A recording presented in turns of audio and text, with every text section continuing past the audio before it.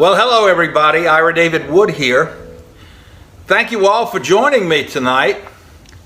I'm going to just reminisce a bit about a show that I annually participate in, A Christmas Carol. This year, 2020, oh, what a year, would mark the 47th consecutive year of performance for us. Well, obviously, COVID-19 has changed a lot of that. So this year, we won't be producing a live performance. We will, however, be producing a streaming performance. We'll be streaming last year's show, which was filmed at the Durham Performing Arts Center for the entire month of December. So you can see it in the comfort and safety of your own home. I started the show when I was 27 years old. In 1974, that's when we premiered it. And I'm 73 now. So we've been playing that production for a long time. Ebenezer Scrooge has become like an old friend to me. And every year, it's interesting to find out how much he's grown. Now, the year we opened the show, we had done a series of Shakespearean plays. Romeo and Juliet. We had done Taming of the Shrew. And when we got to the Christmas season, we of course realized that William Shakespeare had not penned a Christmas play. So we decided to go to the next best English author, which in my opinion was Charles Dickens. We decided that we would do an original version of A Christmas Carol. Now, what you have to remember about 1974, other than the fact that Gerald Ford was president and he fell down an awful lot, we'd just come out of Watergate. And all of the theaters in Raleigh were closed during the holidays. Some of you may not remember back that far, but it's true. And I thought that was so strange and that theaters were missing an incredible opportunity. I knew that over the holidays, families wanted to do things together. And I thought it was only natural that the theaters open their doors and invite audiences in for Christmas productions. So that's what we did. Terry Mann, J.K. Farrell, and I went to work on a script. Deanne Jones was our typist. And we told Deanne to take as much of the dialogue as possible right out of the novel. I think people would be surprised at how much in the show actually really comes from the novel itself. But I knew a few things about the adaptation that I wanted to do. I wanted it to be presented in the style and period of the time, but I wanted to update it a bit. I thought it would be great to have some topical humor. I thought that for a reason. Dickens wrote about Scrooge being a morose, stingy, evil man. And I thought, well, that's kind of hard for an audience to identify with Scrooge. Nobody wants to identify or think of themselves as being like Scrooge. So I thought, well, let's make Scrooge delight in wrecking Christmas. Because there's a little bit of Scrooge in everybody around the holiday season. Because television tells us everything's supposed to be perfect.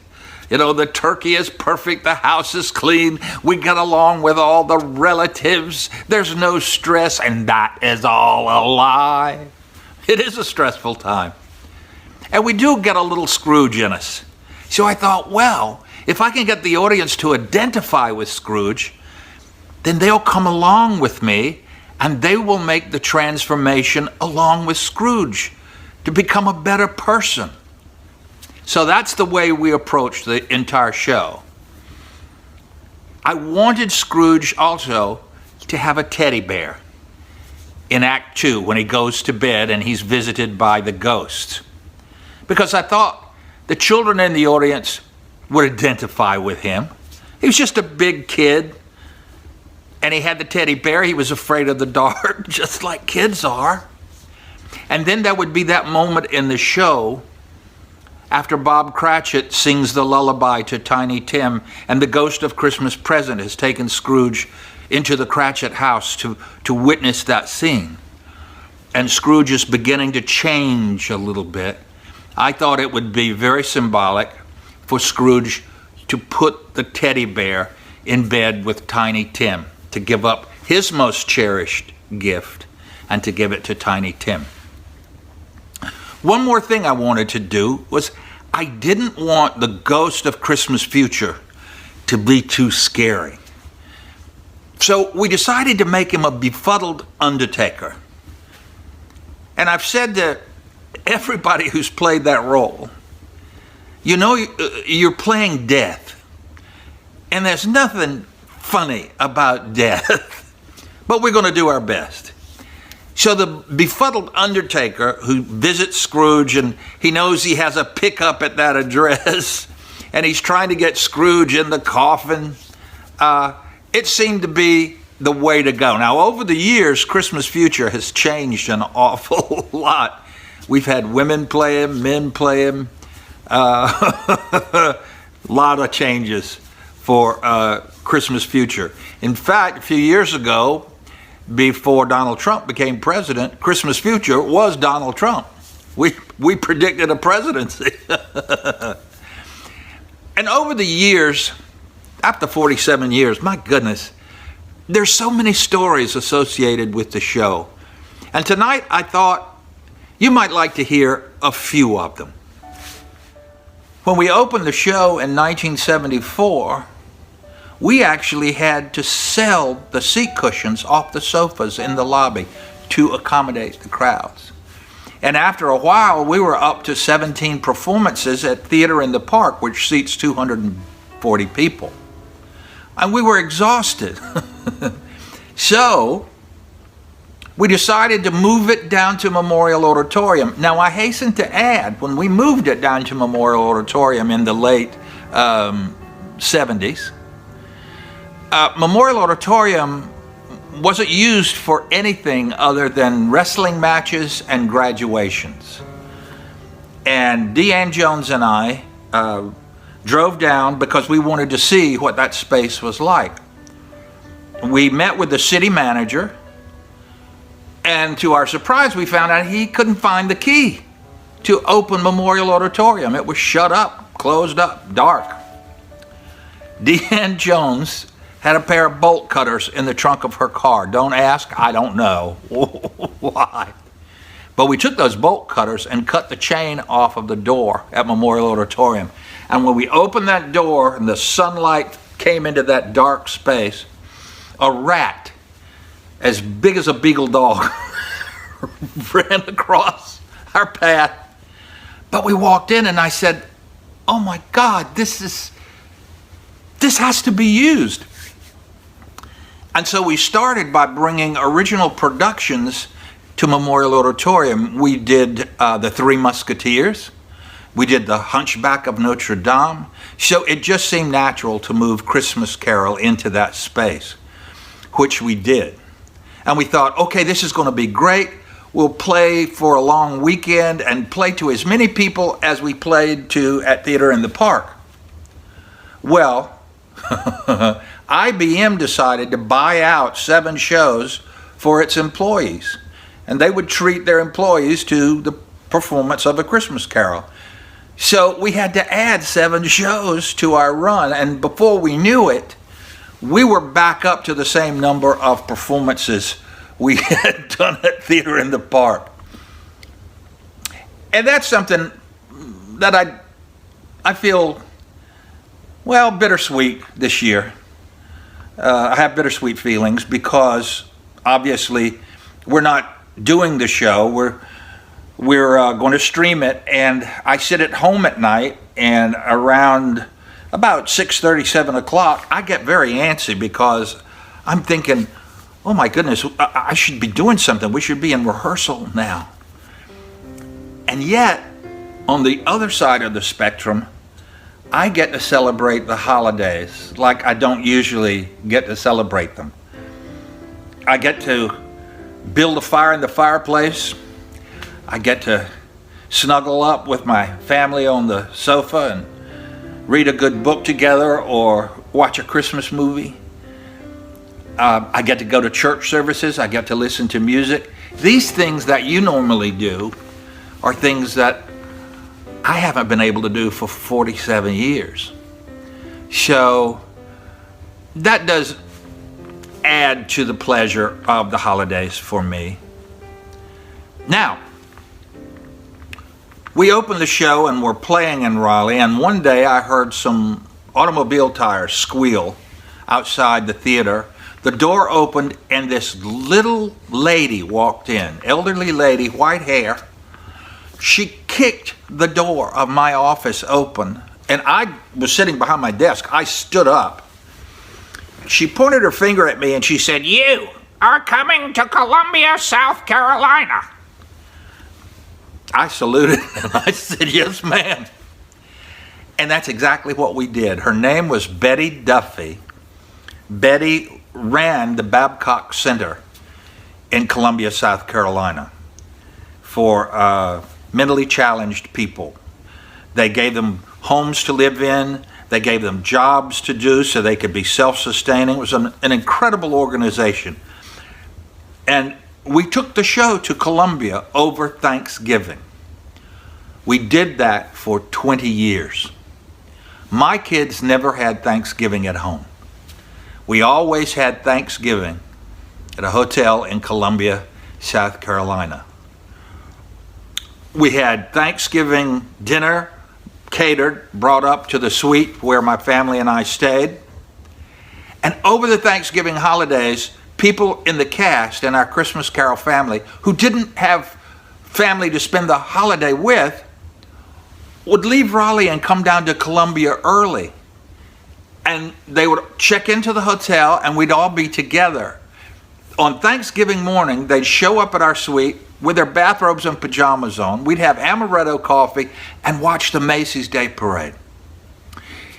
Then everybody would go back, dress for dinner, and we would have the most incredible Thanksgiving feast. And then the rest of the cast would arrive the next day, and we would play for the weekend in Columbia, South Carolina. And we did that for 20 years. Now, everybody knows too, I think, that we have toured the show to France and to England. And oh my goodness, that was an incredible experience in and of itself.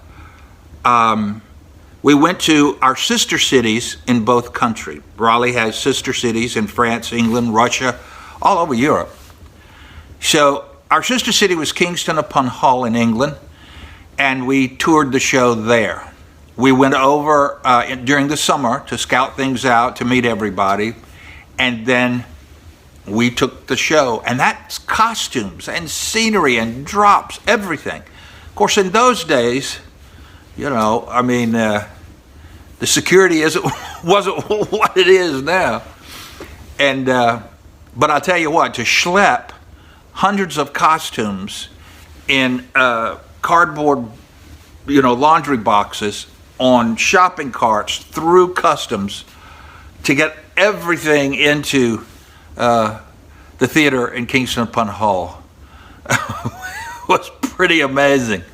It was an incredible time when we took the show over. We had one very memorable occasion, and that was one night in the second act when Jacob Marley is singing his song to Scrooge. He brings on these tap dancers, these girls, wonderful dancers, and they are tapping their hearts out. I'm on stage in my nightgown as Scrooge. I happened to glance out into the audience and noticed that the house lights came up. I'm going, well, I guess our lighting guy has missed a cue.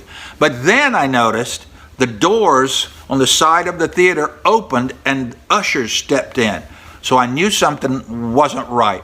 So I looked off into the wings, and my technical director was going, which means back up because the asbestos curtain is coming down. I didn't know what was going on. So I stepped forward and I got the band to stop. God bless those tap dancing girls, though. They were not They were not going to stop because they had rehearsed for this number. But they finally stopped. I didn't know what I was going to say, but I felt like I had to say something's going on and we need your patience. But before I could say anything, the head usher, who was down in front, stepped forward and he said, "Ladies and gentlemen, I hate to stop the performance, but I need to tell you that the fire alarm has gone off. And so we're going to ask that you quietly and orderly please evacuate the theater." Well, if this had been an American audience, Lord only knows what would have happened. There would have been a stampede. But Kingston upon Hull had gone through World War II and had been bombed unmercifully by Germany. So they didn't blink an eye. They just laid their playbills down in their seats. They got up, put on their little mufflers, their coats, very orderly, walked out, walked across the street to the nearest pub, and ordered a pint of ale. Well, that year, thank goodness, we had rehearsed a fire drill. Don't know what possessed us to do it that year, but thank goodness that we did, because everybody knew exactly what to do. They left everything in the dressing room. They filed down orderly right through the door outside. I was standing in my nightgown. My technical director came up and said, "David, you need to get out." And I said, "No, I'm fine. I'm standing right here by the doorway. Let them see me. They know everything's okay. And when they're all out, I'll just follow them out." Well, as the cast was filing out, my tech crew was bringing me an overcoat or a scarf and another overcoat, and they just threw it over my nightgown, and I looked like Nanook of the North. When everybody filed out, my technical director, Tim Ruffin, said, "Okay, now you get out there." So I walked out on the landing right outside the door, and across the street were hundreds of people who had been in the audience with their pints of ale, and they toasted and they applauded, and I looked like the Pope with all of that stuff over my white nightgown. So I just started blessing them. And then I went across the street. I had a pint of ale with them. We weren't able to continue the show. What we found out was that it was just a faulty fire alarm. There was no fire, but it was too late to get everybody back in the theater. So the entire Christmas Carol cast had a wonderful evening with the audience members. We sang songs. We did some scenes from the show. It was just a marvelous evening. And after England, a few years later, we decided, or we were asked actually, by our sister city in France, Compiègne, if we would bring the show there. So once more, we went to Compiègne during the summer months to check things out before we took the show back over again around Thanksgiving. And it was very interesting. The two countries, England and France, of course they don't celebrate Thanksgiving, but for us, they cooked Thanksgiving. They asked us, "What do you have for Thanksgiving?" Well, of course, we said turkey and dressing and cranberry sauce, and they did their best.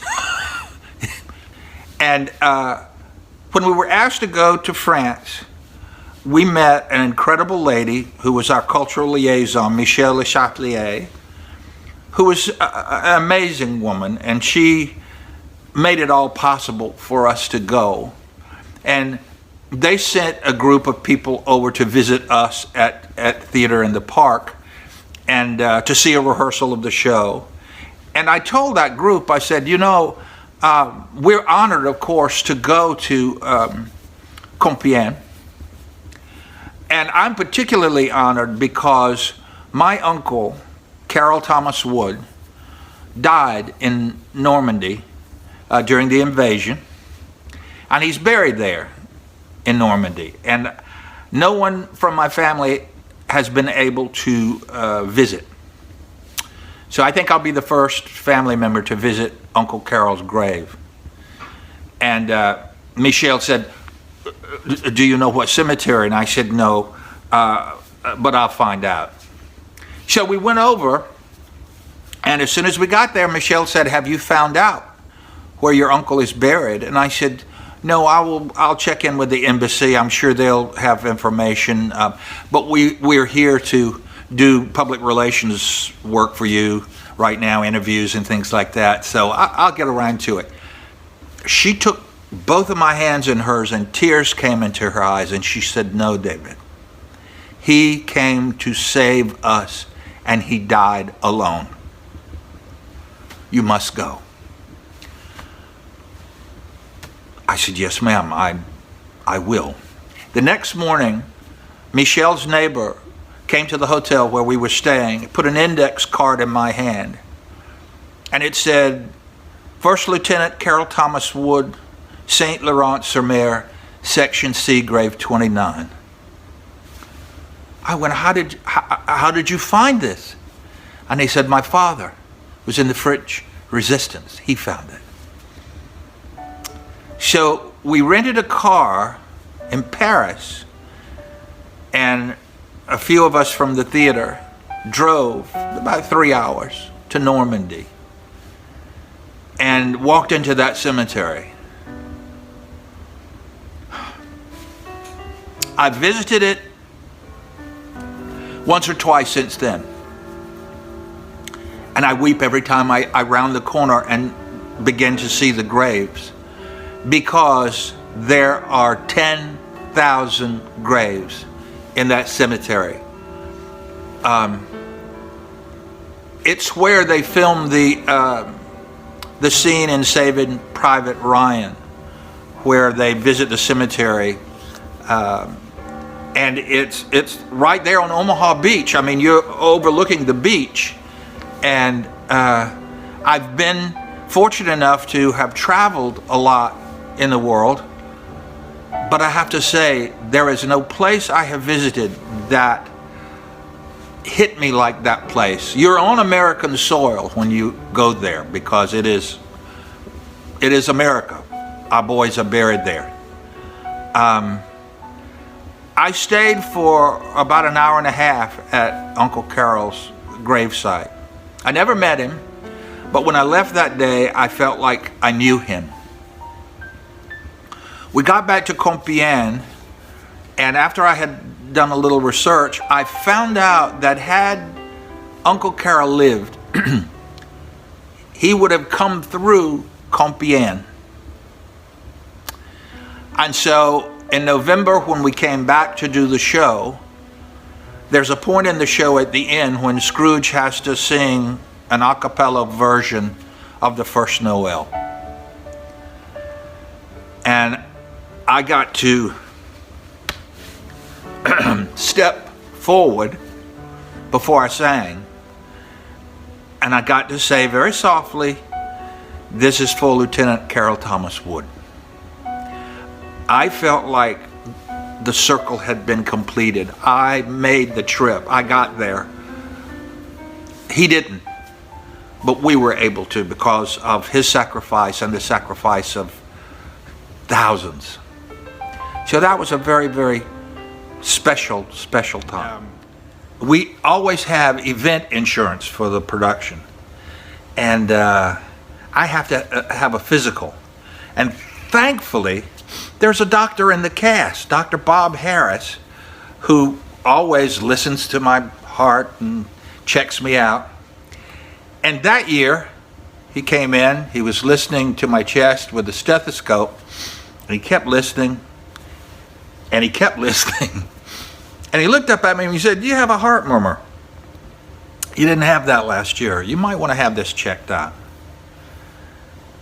So I said, okay. That night after rehearsal, I was having dinner at my in-laws' house, and I told them what Dr. Bob had found. And my father-in-law said, "Well, I have a friend who's a heart specialist. With your permission, I'll call him and see if he can see you." Well, I said, okay, that would be great. Because I'm thinking, if he's a heart specialist, he's booked up solid. So I'll do A Christmas Carol. I'll slide in January and get this thing checked out, find out what's going on. Well, my father-in-law went, made the phone call, walked back into the dining room and said, "He'll see you in the morning at 8 o'clock. Well, I knew kind of right then my goose was cooked. I had had no symptoms other than when I stretched out in bed at night, I was short of breath. That's all. So my wife Ashley and I are sitting in the waiting room, and suddenly I feel this hand on my shoulder, and it's the heart specialist, and he comes around, Dr. Tiff Mann, and he says, good morning. And right away I loved him because he was a toucher. I love doctors that touch, you know. It's healing in a touch. And he said, I'm sorry we have to meet under these circumstances, but come on in, let's do a sonogram, find out what's going on. I went in, had a sonogram going on. Dr. Mann's looking at the, you know, the screen. And he calls in a second doctor. So I'm lying there going, this is not necessarily terrific. And they start talking very low. And the other doctor leaves. Dr. Mann says, put on your shirt and join me across the hall in my office. So I did. When I walked into the office, my wife was sitting at the table. Dr. Mann was sitting across from her, and there was an empty chair at the table. I sat down, and Ashley, my wife, reached right over and took my hand in hers. That is not a good sign. And Dr. Mann looked at me and said, do you have an understudy? Because you're not going on this year. And I think all the color drained out of my face. And he said, you have serious heart issues. I want to get you in the operating room as soon as we can. So I said, yes, sir.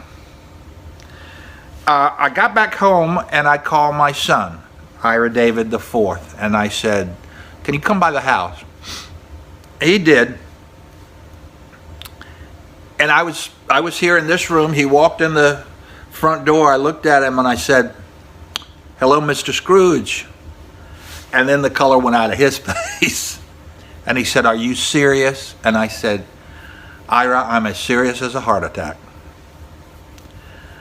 So I told him, I said, you got to do the show this year.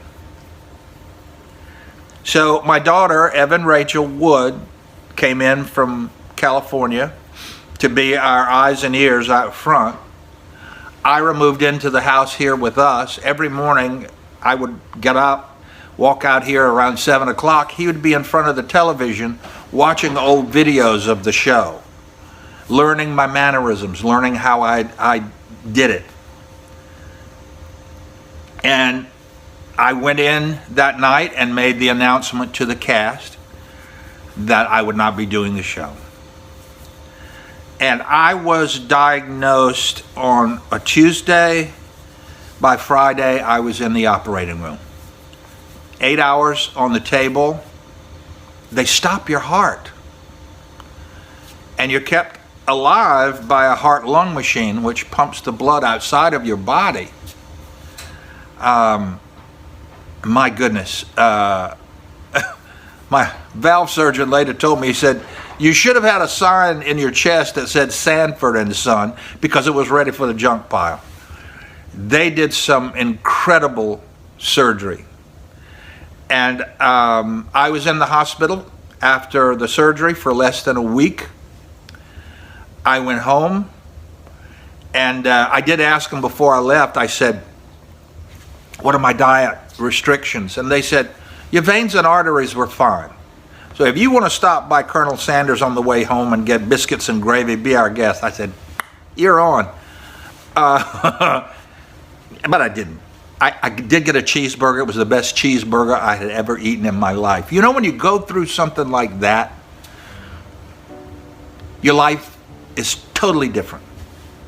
That was 10 years ago in 2010. It's 2020 now. And I have to say that in all of those 10 years, I have not had a bad day. I've had difficult days. I lost my mom. That wasn't a good day. But it wasn't a bad day. And I found out that life was about celebrating the moment, living the moment, being in the moment. I also found that I cried a lot. I could look at a sunrise. I could look at my son sleeping. And I would weep. But they'd be tears of joy. And it gave me a new sense of dedication and love for the production. And when I walked back in and I got hugs from everybody, and in 2011, when I was able to go back on the boards and do that show, oh my goodness, it was a celebration.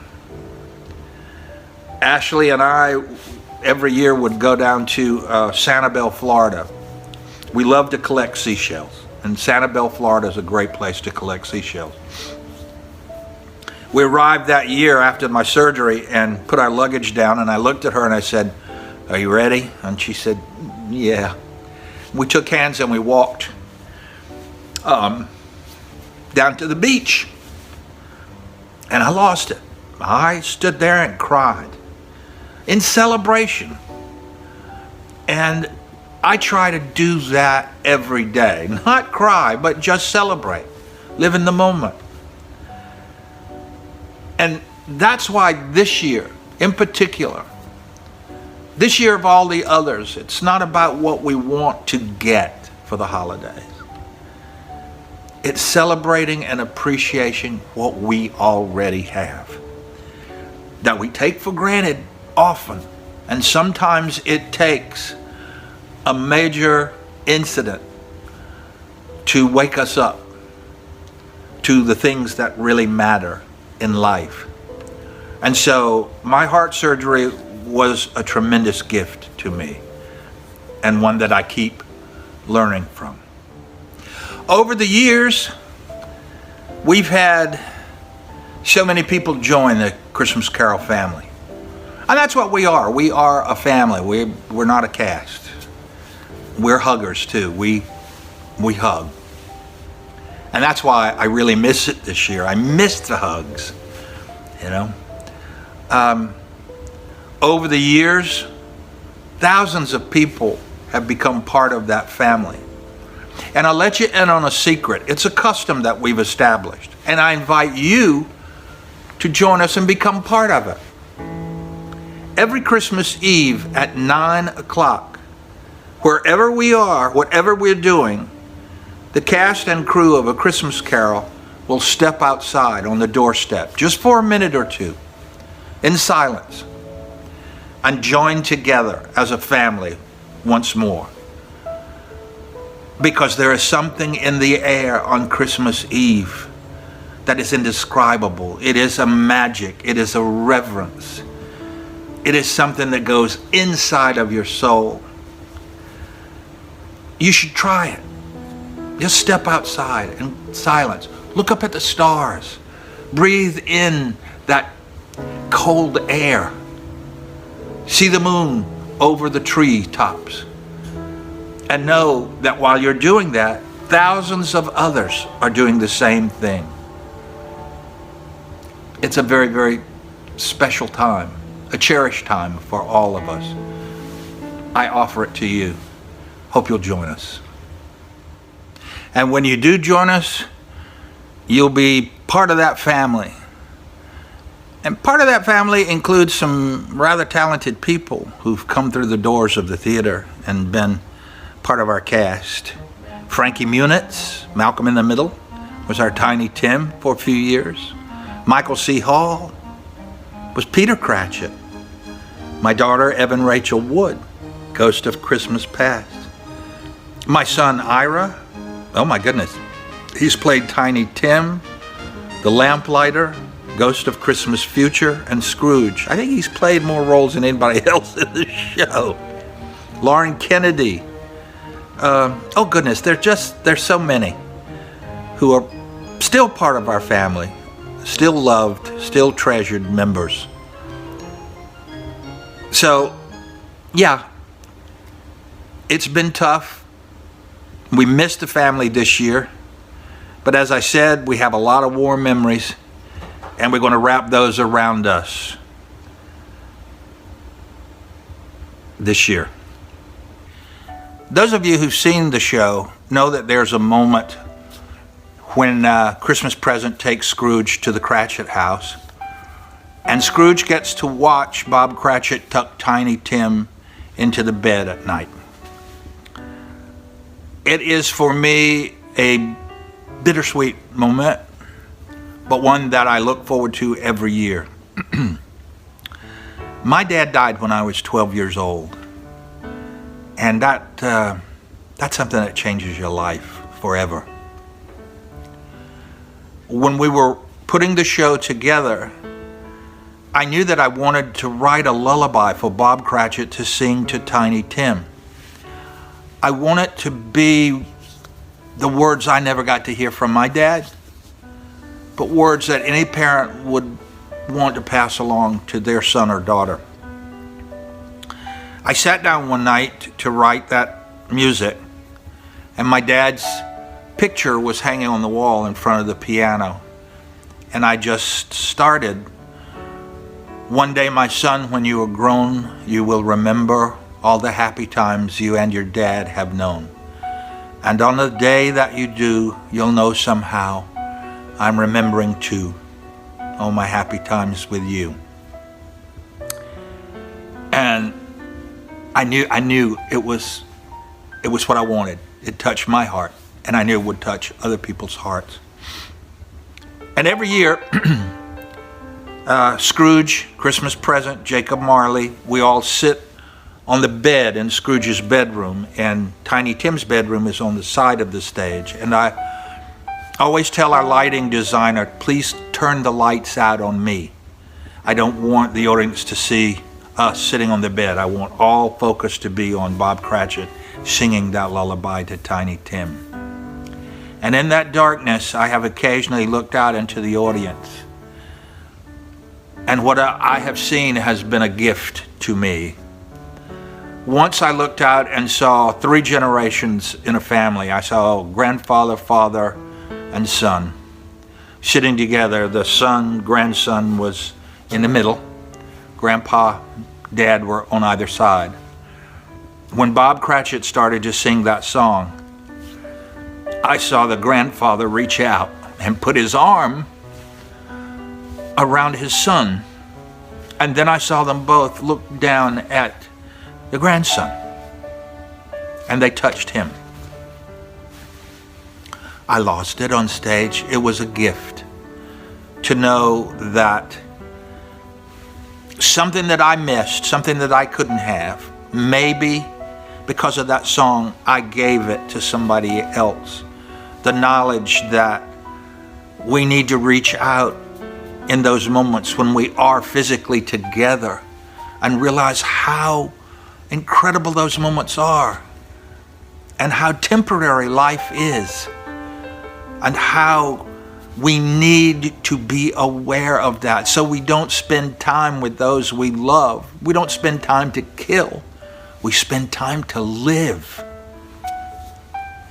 So I asked the company every year, the family members, I said, in the wings for that song, please don't move. And they don't. Everything is very still. And when I look and see Bob Cratchit sing to Tiny Tim, I relived the last time I saw my dad. And it was the same scene. He came in to tuck me in and kiss me goodnight. And I don't know whether he had an inkling of what was about to happen. But when he walked out of the room, as he went out, I said, Dad, if I get cold tonight, I'm going to come and get in the bed with you and Mom. Of course, that was code words for if the monsters try to attack me. And I don't know why, but my dad stopped in the doorway. He was silhouetted in the doorway, and he turned and looked at me for what I felt was an inordinate amount of time, and he said, no, son, you won't. He walked out of that doorway and out of my life. He was ill the next morning, taken to the hospital.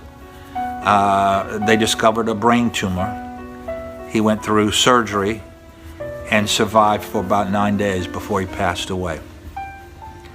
So the Christmas lullaby is a gift to myself. And though it's a bittersweet and not painless moment, it's one that I look forward to every single year. Well, that's about it. Thank you so much for letting me rattle on a little bit. I hope it's made a difference to you. I know this is going to be a strange holiday for us all, but think about this. We have a chance to come together, perhaps in ways we've never done before, and to be more appreciative of the time that we do have together. So I wish that for you. A happy Thanksgiving, a happy Christmas, and a blessed New Year. Thank you so much. Good night.